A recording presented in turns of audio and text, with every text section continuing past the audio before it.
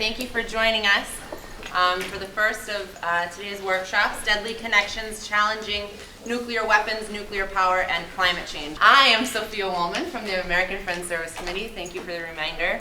And during this morning's workshop, we're going to be, like the title suggests, exploring the connections between nuclear weapons, nuclear power, and climate change, as these are two of the existential threats facing humanity and our planet. They are human created, but with human ingenuity and commitment, they can be also overcome by humans and more precisely probably by the power of the people.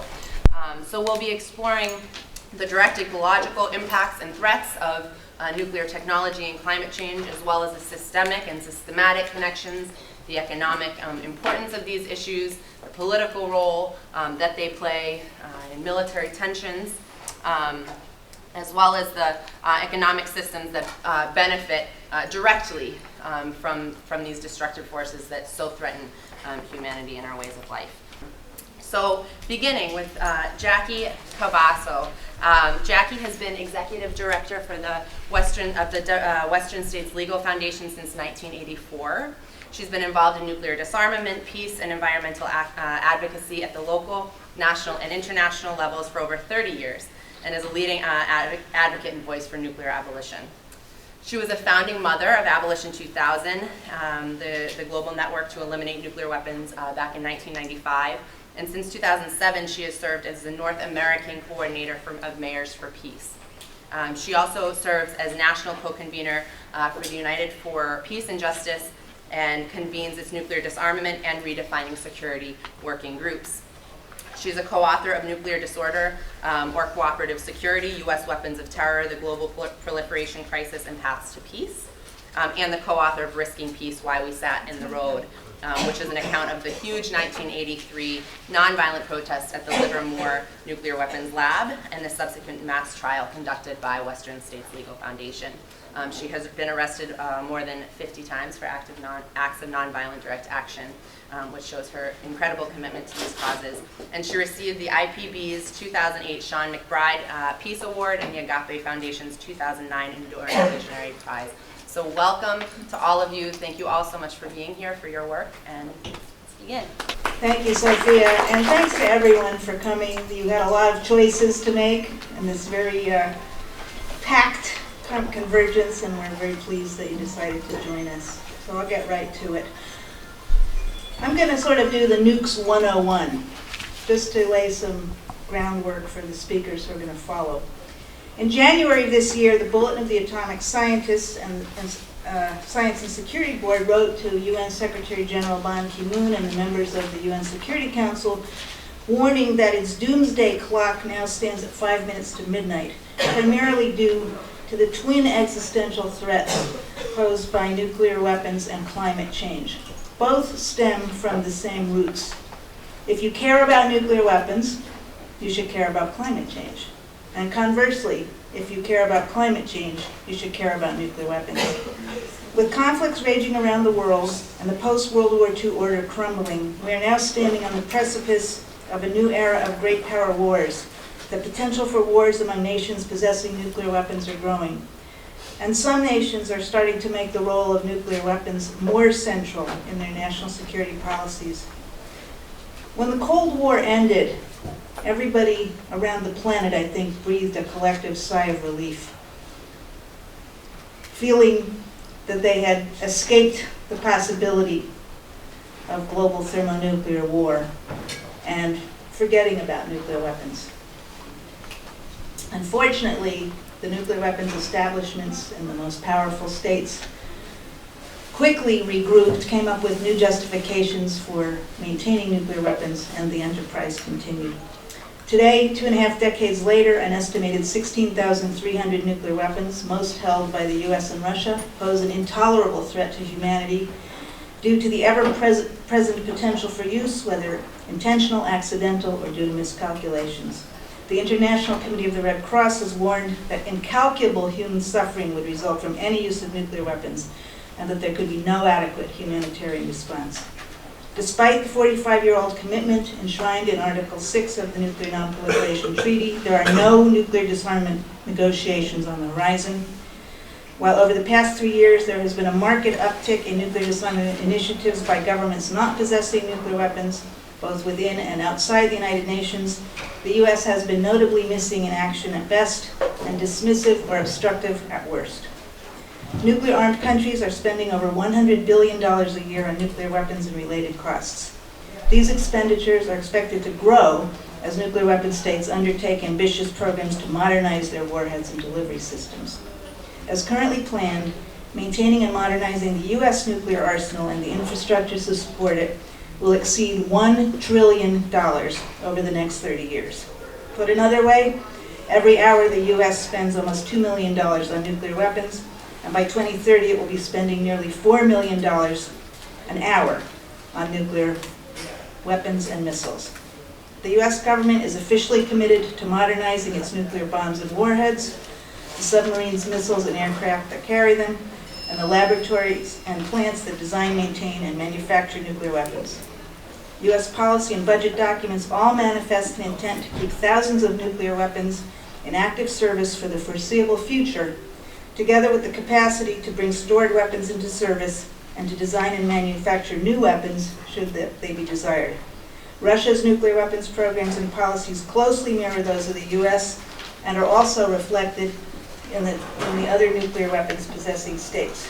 The Cold War and post-Cold War approach to disarmament was quantitative, based mainly on bringing down the insanely huge Cold War stockpile numbers, presumably en route to zero. Now disarmament has been turned on its head. By pruning away the grotesque Cold War excesses, nuclear disarmament has, for all practical purposes, come to mean fewer but newer nuclear weapons, with an emphasis on huge long-term investments in nuclear weapons infrastructures and qualitative improvements in the weapons themselves, projected for decades to come. Nuclear weapons do not exist in isolation. Newly elected anti-war candidate Barack Obama, if you remember that candidate, on the eve of his swearing in as President of the United States declared, "Going forward, we will continue to make the investments necessary to strengthen our military and increase our ground forces to defeat the threats of the 21st century.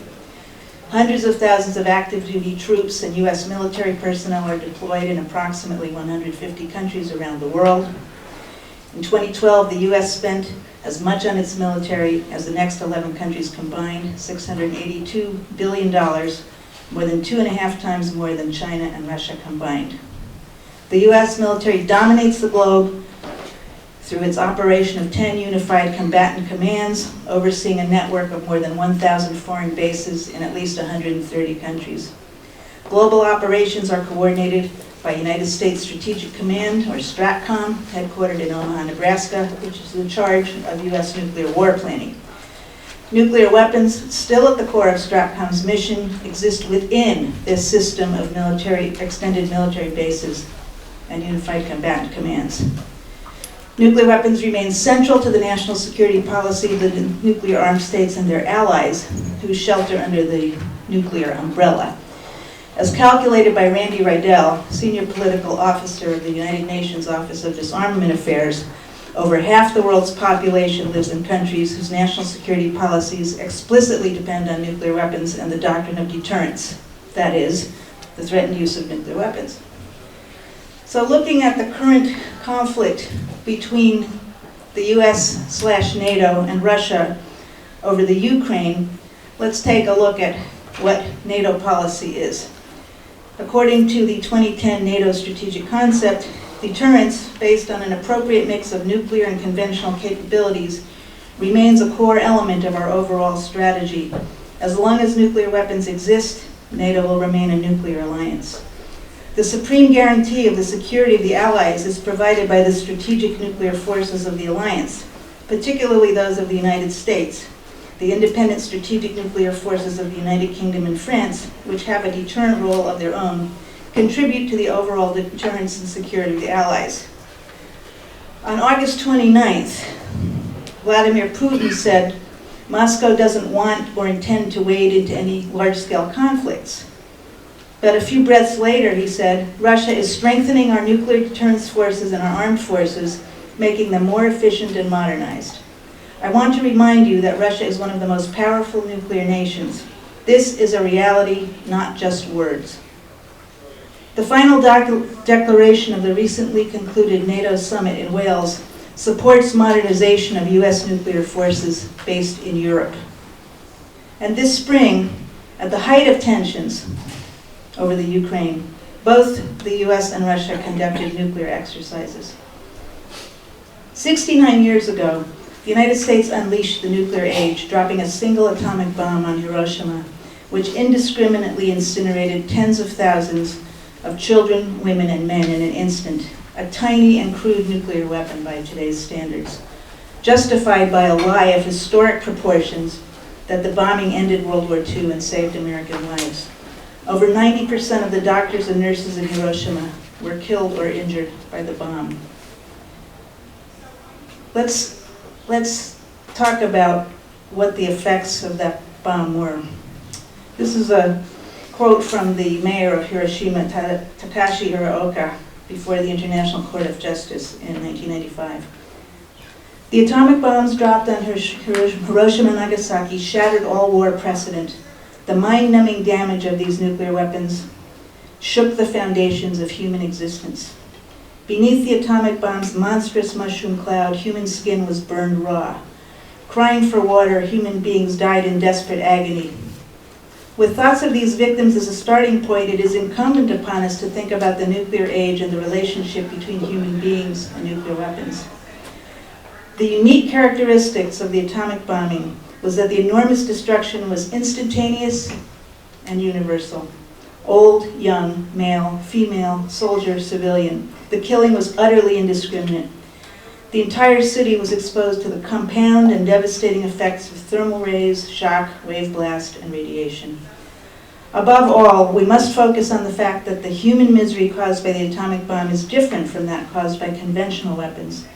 Human bodies were burned by the thermal rays and high-temperature fires, broken and lacerated by the blasts, and insidiously attacked by radiation. These forms of damage compounded and amplified each other.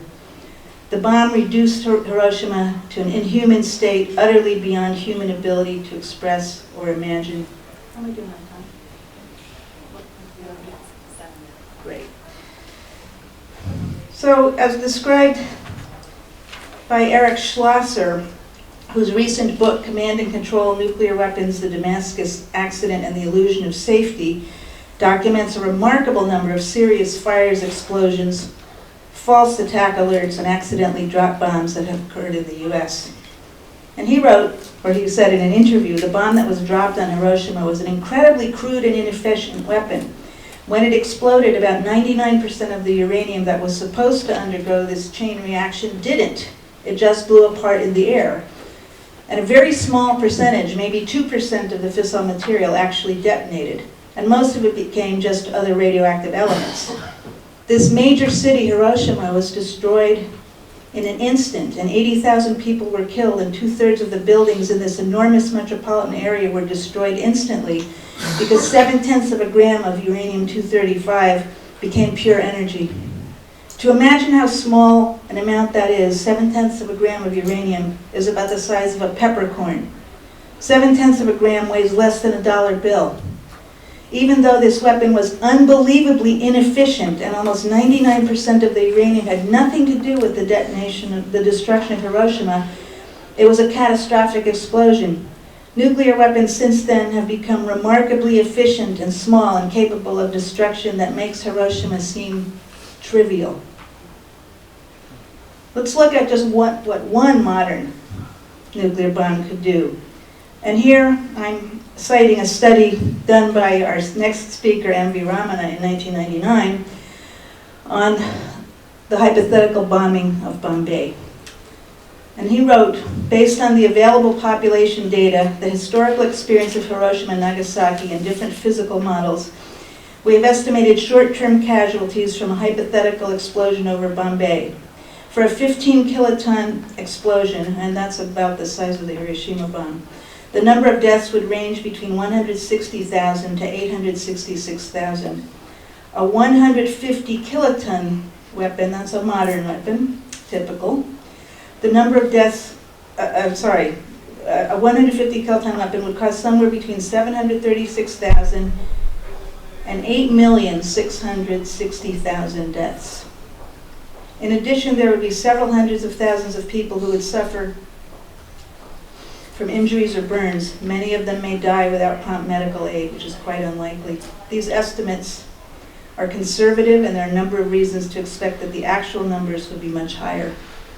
Further, these estimates do not include the long-term effects like cancers that would afflict thousands of people in the following years of genetic mutations and would affect future generations.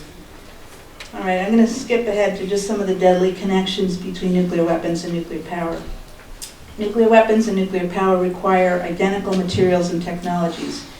Their links are technical, environmental, historical, legal, political, and economic.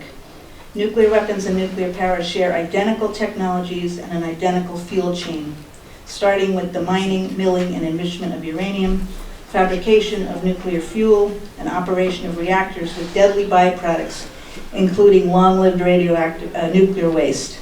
Enriched uranium at the front end and reprocessing of spent fuel at the back end can be diverted to nuclear weapons programs. As Fukushima has reminded us yet again, there is nothing good about nuclear power. In addition to the certainty of catastrophic accidents and the resulting massive releases of radiation that do not respect city, state, or national boundaries, there are routine emissions at every step of the nuclear fuel chain, from mining, milling, and enrichment of uranium, to fabrication of nuclear fuel, to daily operation of nuclear power plants, to storage of spent fuel. These releases always endanger public health and safety. Moreover, nuclear power is incredibly expensive and capital intensive and highly centralized. Nuclear power plants take years to build and have limited energy production lifetime before they become too dangerously radioactive to operate. The dangers associated with producing and processing nuclear materials and the extremely sensitive nature of these materials due to their inherently dual-use capability necessitate a level of secrecy and security that is fundamentally anti-democratic. Nuclear power benefits that infamous 1% who know that it's such a bad economic gamble that they won't even consider building new plants without federal loan guarantees, and the Price-Anderson Act, which caps the utility's liability for an accident at $10.8 billion. It's actually estimated that a serious nuclear accident could cost as much as $600 billion, the balance of which would likely be paid by taxpayers. And there is no way to safely dispose of or sequester from living things in the environment the highly radioactive spent fuel that remains deadly for more than 100,000 years, the same number of years that the human species as we know it is believed to have existed. The U.S. is believed to have more than 77,000 tons of such high-level radioactive waste, and the amount increases every day any nuclear power plant operates. Nuclear power is not a solution to global warming, and I believe that Ramana will talk more about that. The US-Russia conflict over the Ukraine and the China-Japan conflict over the contested Senkaku Diaoyu Islands, in which the US has pledged to support Japan, indicate that a new era of confrontation between nuclear-armed powers has begun, and nuclear tensions in the Middle East, Southeast Asia, and on the Korean Peninsula remind us that the potential for nuclear war is ever present. In a time of twin global and economic and environmental crises and growing competition over natural resources, the dangers of even more conflicts among nuclear-armed states are increasing. There's good reason to believe that the potential escalation of conflict among nuclear-armed states leading to nuclear war is much more likely than the potential use by a state of nuclear weapons, which do not yet exist, or by subnational terrorist groups that do not yet have them. Yet this very real threat is largely dismissed. We can't afford to wait any longer, decades more, for the elimination of nuclear weapons. The Mayors for Peace 2020 vision is the right vision. In his August 6, 2014 peace declaration, Hiroshima Mayor Kazumi Matsui, president of Mayors for Peace, declared, quote, "Each one of us will help determine the future of the human family. Please put yourself in the place of the Hibakusha, the A-bomb survivors. Imagine their experiences, including that day from the depths of hell, actually happening to you or someone in your family.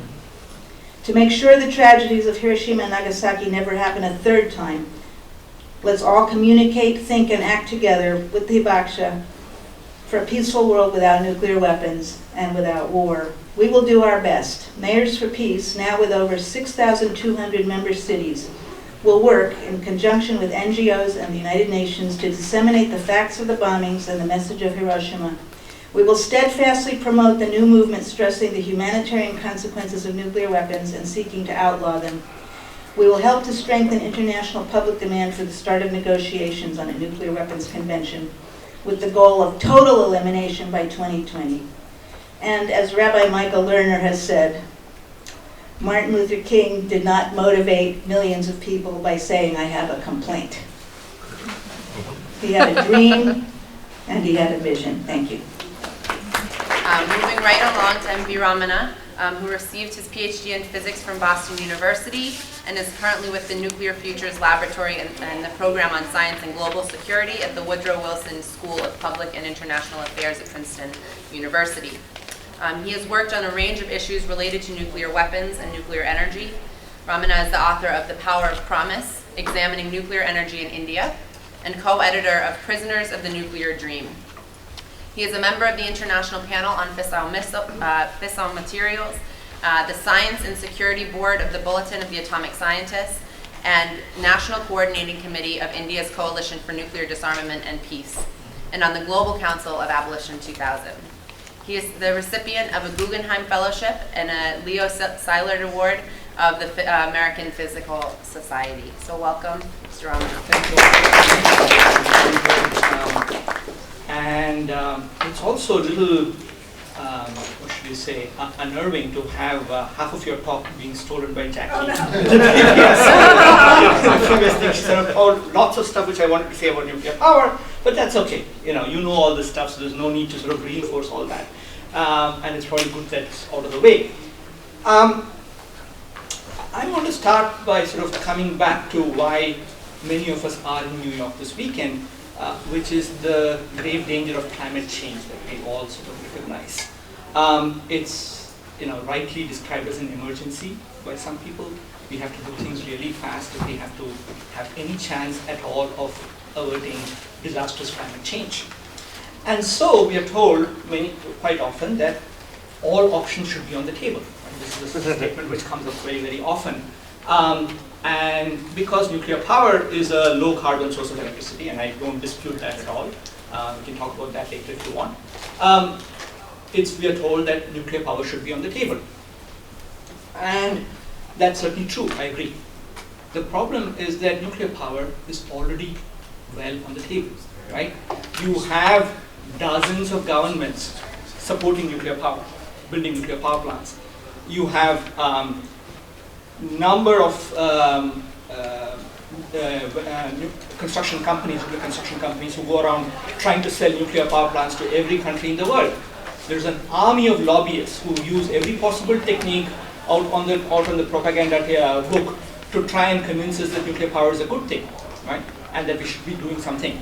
And yet, nuclear power is actually, in terms of how much it contributes to the world's electricity, it's actually declining, right? The historically high figure was in the early 90s. It was around 17% of the global electricity. Today it's about 10 to 11%, right? And it's coming down every year. And if in any kind of business as usual scenario, by like 2030, it's probably going to be down to a few percent, 6%, 7% at most, something of that sort. So it's not something which is, unless something miraculous happens, is not going to really help us with this problem of climate change. And I'll talk a little bit more about what the nature of the problem is. But let me just say here that some of the issues which I think confront us in terms of thinking about nuclear power as a solution are that the countries that are increasing their emissions rapidly, so-called developing countries, are all places where there is not much nuclear power. I happen to have studied one of them for a very long time, which is India. India has had a nuclear power program for 60 years, right? And every government has supported it with all its heart. And yet, nuclear power constitutes something like 2 to 4% of the country's electricity. Every time there's a new reactor, it will go up to about 4%, then it'll come back down to about 2% as other things get built up. And this has been the state for the last 20 years, right? And if I had to bet, in several years, several decades from now, it will still be in the same kind of range. Why is that the case? This is the case partly because of the fact that nuclear power is an extremely complex technology. It is not easy to build nuclear reactors. They take a long time to build, they cost a lot, and lots of things can go wrong. And the only way that the nuclear enterprise, as Jackie sort of put it earlier, tries to sell you this dream is to say, all the problems we had with nuclear power, don't think about it. Right? From now on, it's going to be perfect. All the problems you've done, and you've sort of exhausted the set of problems that are there. And from now on, it's going to be all rosy, right? So in a way, nuclear power has been the sort of archetypal future tense technology, right? You don't look at the past. If you look at the history, you're going to be real, unhappy about it, right? So that's really the sort of way by which it's going to go forward, right? So, that's, I think, the reality of what's going to be happening. One other thing that the industry always sort of talks about is that, well, these are problems which happened because these were old reactors, right? And think about Fukushima, they'll say, oh, that was a generation 2 reactor, whatever that means. I've been studying this for 2 decades. I still don't understand what one of these generations mean. But anyway, but of course, in terms of new technologies, new nuclear reactor design, all these problems are not going to be there, right? And all the problems that Jackie mentioned, the fact that they are prone to catastrophic accidents, the problem that they are expensive, the problem that they produce radioactive waste that stays hazardous to human health for hundreds of thousands of years, and the problem that they are related to nuclear weapons. These are 4 problems, safety, cost, waste, and proliferation, are things which even the nuclear industry will admit. But what they usually will say is that, oh, we have now a new generation of reactors, right? And these are going to magically solve. Not true. If you look at any of those designs, these different priorities, shall we say, increasing safety, making it cheaper, reducing the amount of waste produced, trying to reduce the link with proliferation, they all pull in different directions. You cannot make one reactor design that does all of this simultaneously. You want to make something cheaper, you're probably going to make it less safe. You want to make something produce less waste, you're probably going to make it more proliferation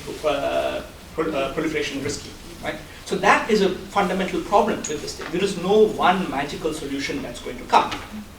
Okay, so this I think is the main sort of problem with nuclear power. But I also want to now get to a different point, which is, and I don't want to sort of, this is, as I said, a well-known point, we don't want to sort of beat around that, which is to come back to the question of climate change itself, right? And ask the question, what kind of a problem is climate change? In what sense can this be a solution, right?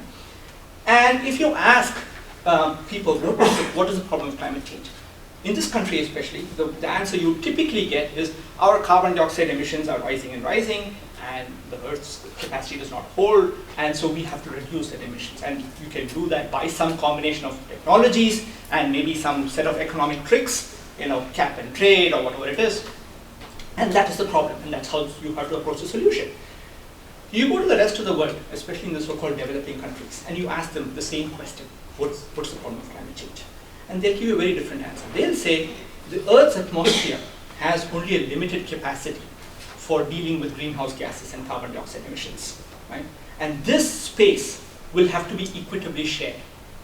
Right now, there are a bunch of countries which have emitted a huge amount in the past, and as a consequence, they've become very rich. And now that we are sort of becoming a little bit richer, they're all getting concerned about it and telling us we don't get our fair share of this, right? So it becomes a question of sharing, right? And this is the problem that has been confounding, in a sense, all the climate negotiations that are going on under the UNFCCC.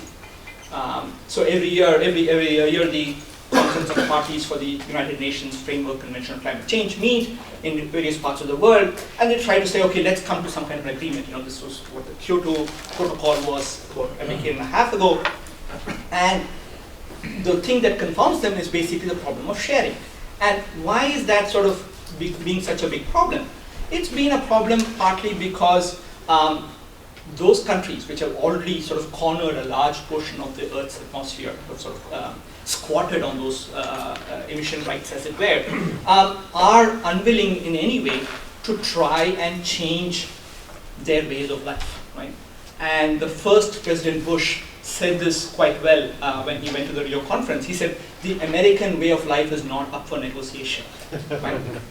But lest you think that this is a problem only with Republicans, Barack Obama said almost exactly the same thing at his inauguration meeting. He said, we are not, I forget the exact quote, but you can go and look it up, it's not very difficult. He says something along the lines of, we will never waver in our defense of our way of life, right? And so you want to ask the question, what is this way of life, right? That they're sort of so unwavering in their defense. And in one word, if you want to put it, it's consumerism of some kind, right? And this is sort of fundamental to the economic structure that we have. The economic structure that we have is based fundamentally on ever increasing economic growth, right? The moment you find these GDP growth figures sort of fall below some magical number, around 3% or something, people get very uncomfortable, right? They'll say, oh my God, something is wrong, we need to do something to boost the economy, lower the interest rates, do something to do that, right? And in this, given that we are in New York, I remind you of what happened on after September 11th, right? The horrible strikes on the Twin Towers, and of course people were shocked. And for a few days, everybody was in shock, people talking to each other, sitting at homes. And then everybody had to come out and say, please go and shop. We have a problem, right? And please go and fly the planes, right? These are sort of the ways which, and this is not something which is inherent to people, right? It's the economy that does it to it. I mean, and again, there's an enterprise of people who are, an army of people who are employed to try and convince people that they need to consume more, right? The quintessential example is sort of Apple, right?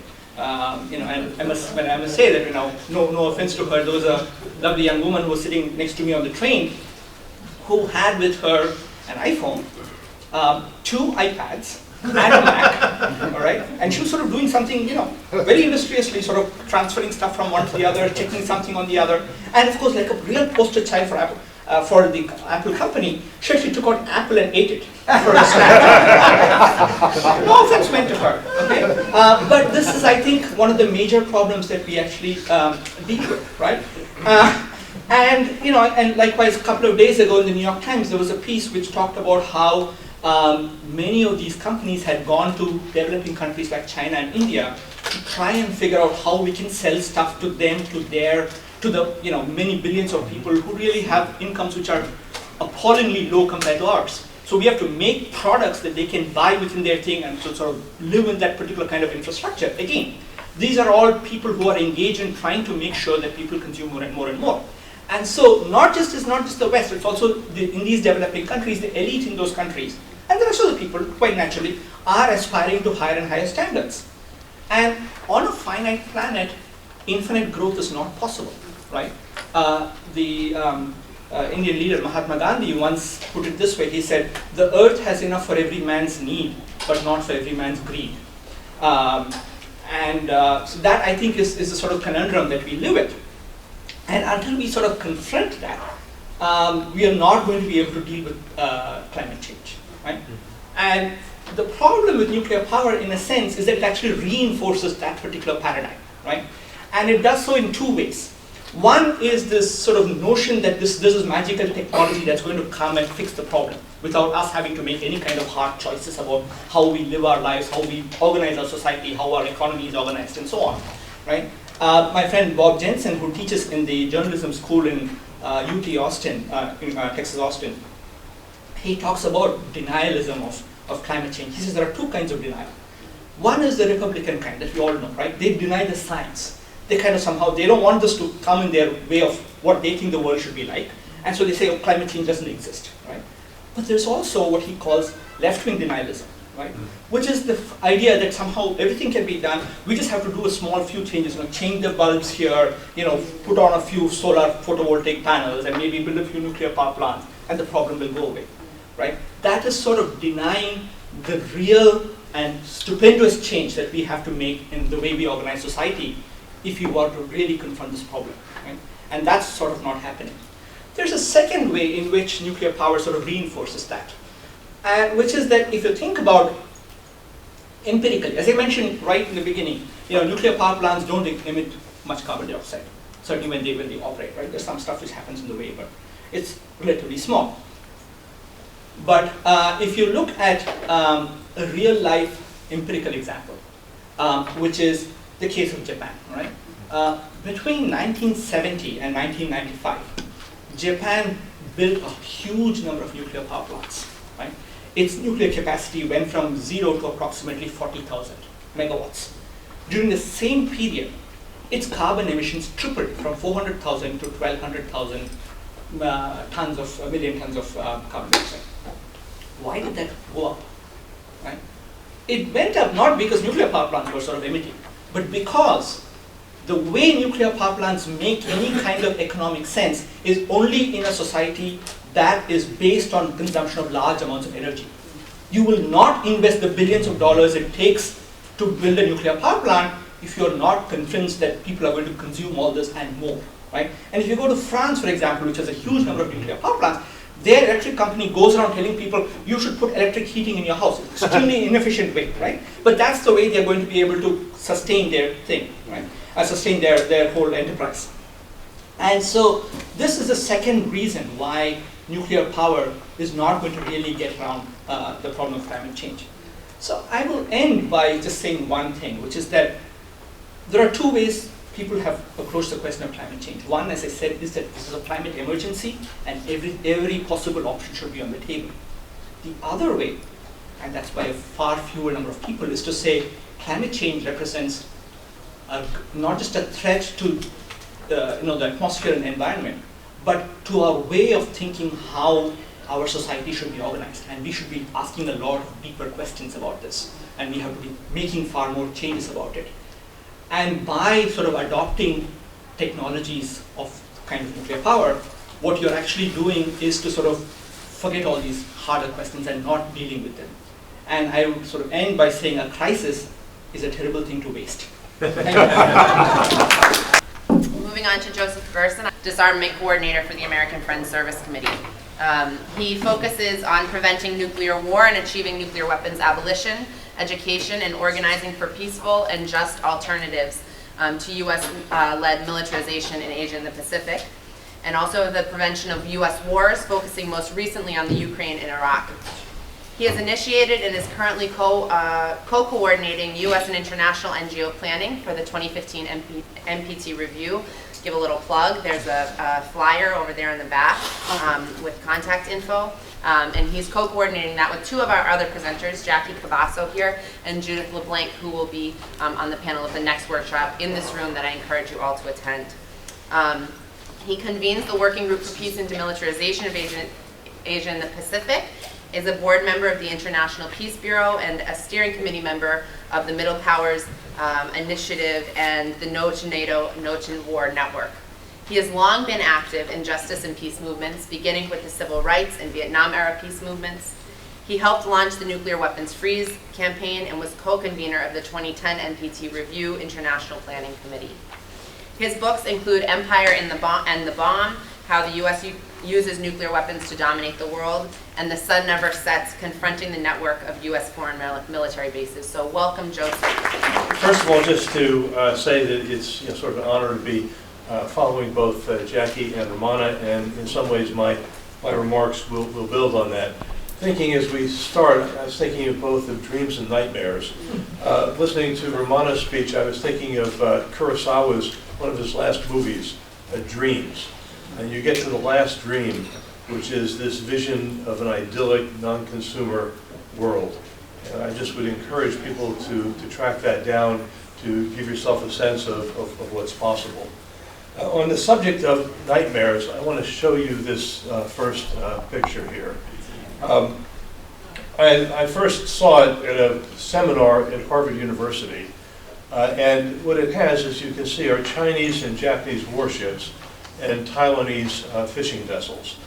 Now, if you can tell which is which, you're doing better than me. And there have been a number of incidents, and in that session, Ezra Vogel, who was in charge of intelligence for Asia at the State Department in the first Clinton administration, said, if we have an incident there, we can have no confidence, he said, that escalation can be capped. What he means is that you begin with Japanese and Chinese military actions. Then with the United States, both Obama and Congress, having said that the U.S. Alliance with Japan means that if there are military actions, military war, the United States has to come in on Japan's side. Then put yourself into what happens when the United States and China are at war, and how that can be contained to a non-nuclear crisis. So this is the picture that has haunted me for quite some time, and simply to say this is a not one-off event, and this is what it's like there very, very frequently. And I want to encourage people who are thinking about human survival to begin to think about what's happening there. Additionally, and I don't have the map on this one right now, think in terms of the South China Sea, which is much larger, where it has under the seabed not only classical minerals needed for manufacture, but also lots of oil and natural gas. The Chinese have claimed at this point almost all of the South China Sea, with 6 other states of the ASEAN countries also having claims to portions of it. The Chinese have said this is a vital interest, and Hillary Clinton said, well, in fact, it's a vital interest for the United States, too. And this is the area where you have a very, very sharp arms race, and is yet another very dangerous tinderbox for future conflicts. I guess I would also just underline that Susan Rice, formerly the U.S. ambassador to the United Nations, now the National Security Advisor, was just in China to prepare for Obama's forthcoming visit. And if you read the press, what it says is the United States and Chinese relations are now at the lowest ebb in many years. This should concern us. The situation, actually, I'm going to focus on Asia Pacific, but I'll come back around to Ukraine in a few minutes. But to say that, as I view it, the situation in Asia Pacific has many, many analogies to the situation in 1913, 1914, in the run-up to the First World War. On the one hand, most fundamentally, you have rising and declining powers, the United States and China. Remember, Obama made reference to Russia as a regional power, not a major global power. You have arms races with new technologies. You're thinking in terms of the Pentagon budget. Much of it is focused on the process of trying to contain China militarily. You have resurgent nationalism. In China, nationalism is really the dominant ideology at this point, replaced communism. In Japan, you have an extreme right-wing prime minister, and Japanese nationalism is very powerful. One only needs to pick up a newspaper here in the United States to think about how insane our nationalism is as well. Territorial disputes. I've just pointed to a few. You have others as well. And I want to point to the role of those territorial disputes in relationship to resource wars. And when we're talking oil and gas, we're talking in terms of fossil fuels, we're talking about CO2, we're talking about climate change. So there's a very direct relationship there. And basically resource competition. Michael Clare, who will be speaking at the rally tomorrow, and he's speaking elsewhere here, gave a really fine talk, it was last week at MIT. And he pointed out that on the one hand, whereas we have resource competition for these climate change gases, we are increasing the dangers of war. And on the other hand, as we have increased military tensions, we reduce the ability to move forward in climate change negotiations. You have to think in terms of the United States and China at this point making a fundamental deal. It's rather unlikely. And his third point it was to stress the reality that no one country can really resolve or reverse climate change, that it has to be a global effort. But then you have complex alliance structures. Again, the U.S.-Japan alliance is fundamental, but the Philippines is a major NATO partner at this point. We have military relations with Indonesia. We now have military relations with Vietnam, with our ships now calling Cam Bay. Very delicate negotiations with India. The United States attempts to surround and isolate China. I think in terms of what prevailed in 1914, as those interlocking alliances went into function following a gunshot in Sarajevo. And finally, you have economic competition and integration. Back in 1914, it was thought that a war in Europe was impossible because of deep integration, British and German trade, but it happened nonetheless. And finally, you have wild card actors. Both the United States and Russia engaged in nuclear missile exercises. To appreciate, Jackie made reference to Eric Schlosser's book in terms of the history of miscalculations and accidents. And this is the kind of time when accidents can happen. You go back to the Cuban Missile Crisis, and you literally had senior U.S. military officers who were increasing the level of the nuclear alert in ways that the Soviets could see and we could not. A very dangerous kind of situation, and there's a history of accidents there. We're going to have to deal with that. As we look at the Ukraine crisis, we should understand that, contrary to what we read in the dominant media here, the United States and the European Union played fundamental roles in bringing that on. To remember that when the Berlin Wall fell, the terms of agreement were that Germany could reunite along West German terms in exchange for the pledge from the West that we would not expand NATO 1 centimeter closer to Moscow. To remember that from a Russian perspective, as they look west, they're thinking in terms of Napoleon's invasion, Kaiser in World War I, Hitler in World War II, cost of tens and tens of millions of Russian people. And so while we don't praise what Putin has done in response, we need to understand the fundamental fear that the Russians feel as NATO has expanded. You can see in this slide. Additionally, the European Union bears considerable responsibility in the negotiations on trade. You had the EU proposal, which was zero-sum. Ukraine had to commit to full and open trade relations with the West while cutting those with Russia.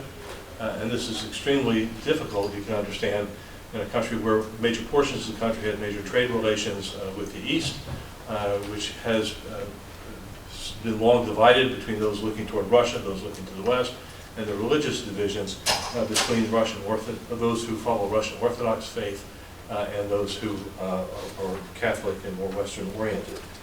So then turning here, I want to break some of the abstractions. Someone was saying yesterday at a meeting, that we're approaching the 70th anniversary of the bombings of Hiroshima and Nagasaki. We should celebrate that there hasn't been the use of nuclear weapons for the last 70 years, despite the fact that Eric Schlosser and many others who've studied the history of nuclear weapons accidents, miscalculations, would say that our survival is less a function of wisdom and more a function of accidental luck. The reality is that the United States has used, and other nuclear powers to a lesser extent, have used their nuclear weapons time and again since 1945. Daniel Ellsberg, who was a senior advisor to on nuclear weapons to Presidents Kennedy, Johnson, and initially Nixon, explained that the United States has used those weapons during international crises and wars in the same way that an armed robber uses a gun in the middle of a robbery. And he points the gun at your head. Whether or not he pulls the trigger, the weapon has been used. As early as we have the whole idea of deterrence, right? 1946, the Soviet Union did not have nuclear weapons. Yet Truman threatened to eliminate Moscow if the Russians did not withdraw from the portions of northern Iran that it had occupied with U.S. agreement during the Second World War, principally to supply Russia with weapons. This is a history of the U.S. use in Asia Pacific. There's only a small portion of it. As you look here, numerous threats against North Korea beginning in 1950 helps to explain why North Korea has become a nuclear power. 5 times against China beginning in the 1950s. 4 times against Vietnam. It's a consistent pattern. Then if you look to the Middle East, again, it begins in 1946. During every major Middle East war, the United States has prepared and threatened to initiate nuclear weapons, the nuclear war. I have the details and the history are in the book Empire and the Bomb. Let me just point to a couple other things. I mean, we tend to think, well, with the end of the Cold War, there goes the danger. But let me give you a post-Cold War history of their use. 1996, Clinton threatened their use against Libya, at a time when Gaddafi was our enemy. 1998, against Iraq. Stepping back again to 1996, there was an exchange of threats between the United States and China over Taiwan. The Chinese sent a message that just coming before a major election in Taiwan. The Chinese sent a message that the United States certainly valued Los Angeles more than did Taiwan. And then Clinton responded by sending 2 nuclear-capable U.S. aircraft carriers through the Taiwan Straits. Absolutely terrorized the Chinese. They had no defense against it, which in turn led to much of their subsequent buildup. We've had now since the Bush administration all options on the table in relationship to Iran. When a nuclear power says all options on the table, that's what it means. You have threats against Korea. We had the India-Pakistan Kargil War, during which India and Pakistan exchanged nuclear threats. And to appreciate, the recent studies tell us that the exchange of simply 50 to 100 strategic weapons would result in global cooling, the resulting famine leading to 2 billion deaths. So there's a deep integration here. And finally, Chirac of France made a nuclear threat against Iran. There's a lot more to say. Here's on the nuclear weapons accidents and history. So just to move to conclude here. Jackie made reference to the Hibakusha, the politically engaged Hibakusha in Japan, who have provided major leadership for the nuclear weapons abolition movement. The man on the left, Senji Yamaguchi, is holding up a picture of himself. He had 20 operations.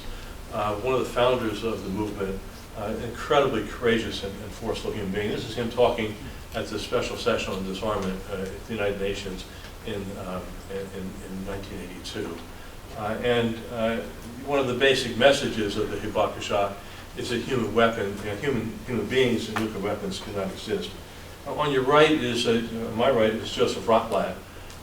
He was the one senior scientist with the moral vision to quit the Manhattan Project. Went on to found the Pugwash Conference. And I first met him in Hiroshima, where again he said that the human species faces a very stark choice.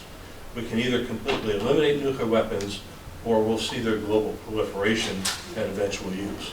Why? Because no nation will long tolerate what it perceives to be an unjust hierarchy of power, or in this case, terror. In this regard, I'd like to celebrate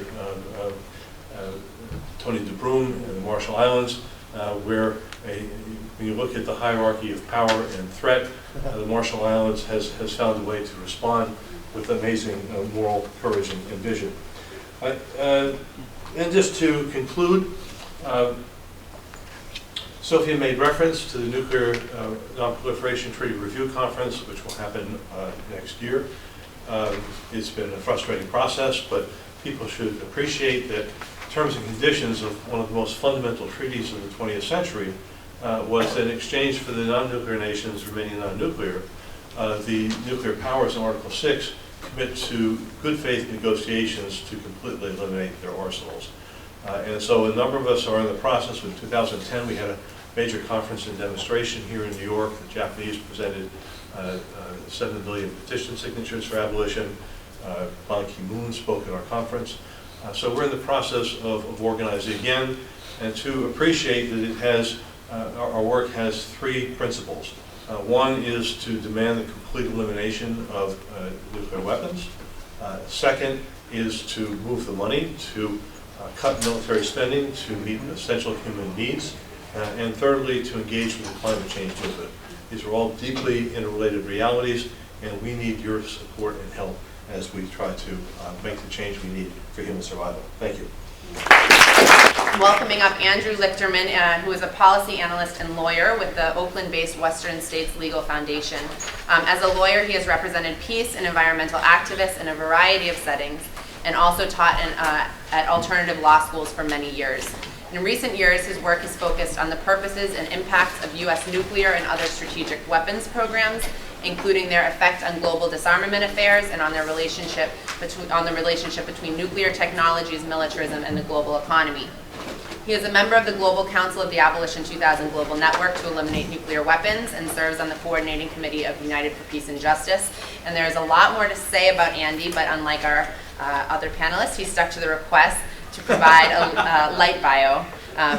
Andy, please add anything else that you would like to about yourself, and we're looking forward to the presentation. Thank you.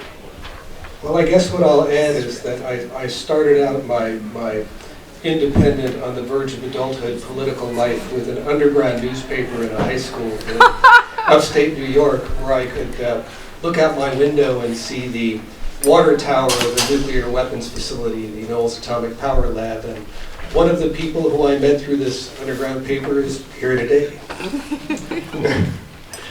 So, listening to the other speakers, what I really realized my talk is about is, why do we end up with technologies that are expensive and dangerous, like nuclear power? And why is conversion of the centralized power structures, both military and civilian, so hard? And on the occasions when people talk about climate change and nuclear weapons at the same time, the focus is almost always just on the effects. Burning immense quantities of fossil fuels and nuclear warfare, as many have said, are the two ways that the human species can do enough damage to the ecosystems we all depend on to not only threaten our own species, but the rest of life on Earth. But at the same time, the threats that are posed by global warming and nuclear weapons also have common causes.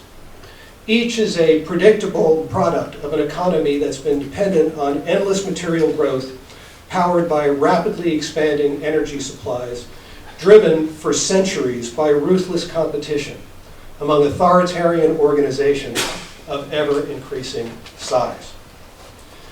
The roots of the nuclear dilemma run deep. Our technology has been shaped by the central role war-making has played from the early days of Western modernity. No less important has been the race to control and extract the most easily available forms of concentrated energy, fossil fuels. As the historian Charles Tilly wrote, this has been true from the beginning of the development of the kind of nation-states that have come to dominate the planet. He said, power holders' pursuit of war involved them willy-nilly in the extraction of resources for war-making from the populations over which they had control, and in the promotion of capital accumulation by those who could help them borrow and buy. War-making, extraction, and capital accumulation interacted to shape European state-making.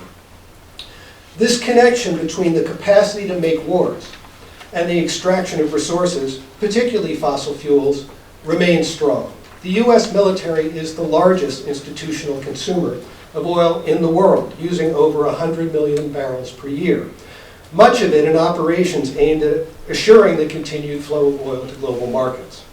As Tilly put it, war makes states, and war-making has played a leading role in the kinds of science and technology that the victors have chosen, the kinds of science and technology that have survived and prospered up to now. The world wars of the 20th century constituted leaps forward in technology and social organization in the most powerful states. The world was profoundly changed by World War II, and the permanent state of war engendered by the interaction of the political changes it wrought and the technologies and institutions it spawned. The bomb is only the leading instance of the direction and magnitude of technological change, and the military-industrial complex only an example of the power and social character of the kind of organizations that have come to dominate the modern world. These organizations extract a privileged wealth stream for their upper echelon inhabitants from the rest of an increasingly globalized economy using particular technologies, rather combinations of technology, ideology, and organizational technique. And in each instance of these large complex of organizations, they operate together in very specific ways. Today, nuclear power and high technology weapons are elements in and also help to sustain a global circulation of trade and investment devoted to the production of goods and services that only a fraction of the world's population can afford to buy. Large organizations, whether public or private, provide services and buy and sell mainly to each other or to consumers who are the upper echelon inhabitants of those same organizations, the technocrats, bureaucrats, managers, and professionals who constitute what we know as the modern middle class. This dynamic pushes much of the world's population towards the margin, with luxury crops, resource extraction, and now biofuels driving hundreds of millions of people off the land and into burgeoning urban slums all over the world. Yet at the same time, development efforts continue to center on centralized energy and transportation infrastructure designed to serve global supply chains for upmarket consumer goods, with urban areas worldwide competing to become stable nodes in this increasingly insular top tier of the global economy. Now, in this kind of world, weapons and military services are going to be a growth industry. High-tech weapons and nuclear technologies provide a very effective strategy for sectors of national elites and of the professional and managerial classes to carve out secure places for themselves in this increasingly stratified economy. They provide privileged access to their own country's resources, capital largely without competition in capital markets, and a development context that can be shielded quite effectively from foreign competition. The tools of nationalism and fear of foreign others, easily amped up with sophisticated propaganda techniques, facilitate the extraction of wealth from the rest of society around them. National security secrecy prevents scrutiny of nuclear enterprises that, whether in first-generation nuclear powers like the United States or post-colonial states, have been rife with technical problems, corruption, and widespread, intractable environmental impacts. In this context, it's important to note the connection between nuclear weapons and nuclear power is a feature, not a bug.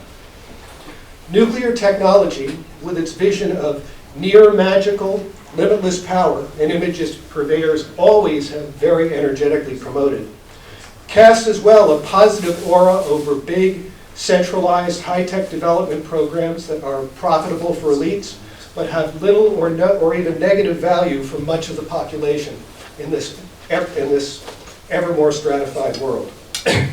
Now, we need to keep this broader background in mind when we're thinking about forming strategies. So again, when people start trying to figure out, when we're bringing our movements together, where do we start?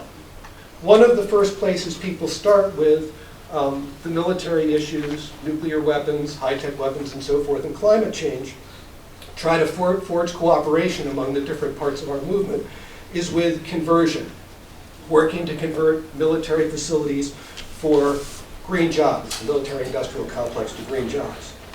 And let's consider this against the background of this starkly stratified global economy I've sketched out. Perhaps the most consequential fact for the fate of an individual in today's world is whether or not you have a secure place in an organization in this top tier of the global economy. And for large organizations, the minimum requisite for a secure place in that upper tier is a strategy that allows them to minimize competition to the degree of extracting a rent-like return from the rest of society. This now is acknowledged even in the economic mainstream. Nobel Prize-winning economist Joseph Stiglitz writes that We have a political system that gives inordinate power to those at the top.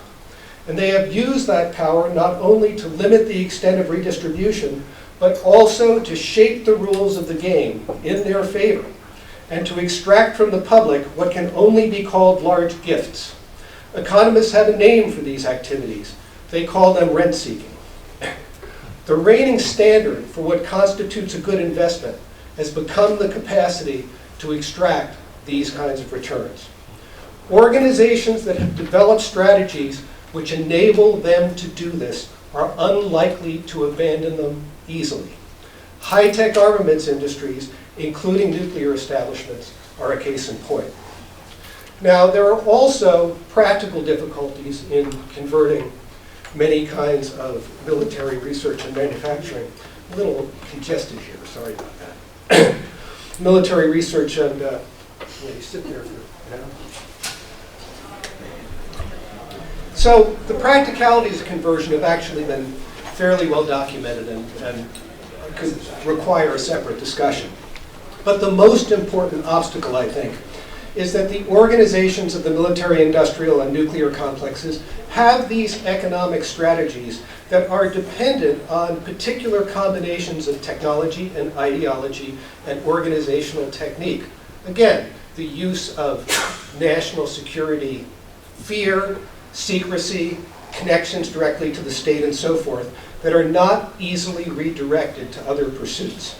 They're going to be very reluctant to abandon them and the favorable position they've carved out for themselves in order to compete with other powerful sets of organizations. The arms makers don't want to be competing for capital and customers with wind turbine or solar or rail manufacturers in China or even lower cost emerging manufacturing centers around the world.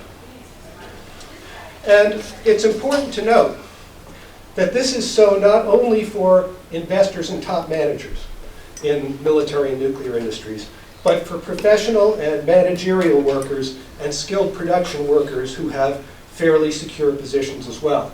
Workers in the arms industries, and particularly in aerospace, make significantly more than average American workers. One recent study showed that aerospace workers make about $80,000 a year on average, compared to about a $44,000 average median wage. So those holding secure positions in military-industrial complexes are unlikely to see alternatives that provide them with a comparably privileged path forward. Their strategies and their economic power provide them with a very effective means for defending their place in the status quo, particularly in a society like the United States, where money converts pretty seamlessly into political power.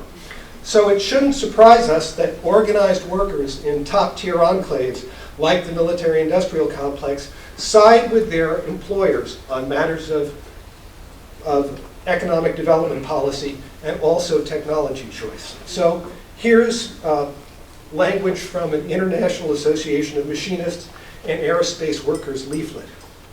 The IAM has and continues to urge Congress to increase funding for several programs that benefit Lockheed Martin directly and indirectly in the annual defense appropriations bill. Over the years, we have successfully lobbied jointly with Lockheed Martin's legislative representatives to add or restore funding levels for the F-16, F-22, F-35, C-130, and the C-5. Now, how am I good for time? 3 minutes? All right, I'll skip. Are these papers going to be available to people not being? Yes. So much read for this. Fantastic. So another thing we really have to keep in mind is that many of our conversion strategies of the past have implicitly been dependent on a world in which governments, many of them, including this government, pursued Keynesian economic policies, where there was a significant possibility of aiding this conversion process with significant funding from the state. All the signs are there that the Keynesian era is over. This is something that many commentators have been writing about recently. And so I could say a lot more about that, but I just want to sort of skip to the end, which is here again, I think what we have to be doing is we don't abandon the conversion discussion because it's hard. But once again, what we do is we focus on causes rather than effects. So, you know, we're not likely to move things much further along by asking high-tech workers whether they wouldn't rather be making solar panels or wind turbines or something like that. Chances are that most of them would. The place I think to start the conversation is by asking, why is it you can't choose work that contributes to a more peaceful and ecologically sustainable world without risking your family's economic future? And I think we have to realize that in times of great disparity of wealth and power, the middle positions, the possibilities for incremental gains through normal politics for those in the bottom and middle ranges of society tend to disappear. At the same time, and this is relevant to Ramina's comment that a crisis is a terrible thing to waste, the depth and interdependence of these crises we face provides an opportunity for a new and deeper conversation about the kind of social change we need. And I'm going to close with a little remark about this from the labor scholar and activist Sam Gindin, who observed, "The polarization of options under neoliberalism provides potentially fertile organizing ground. More radical ideas now have the potential to take on a relevance that is not just ideological. As the moderate is exposed as being impractical, what does become practical is the radical."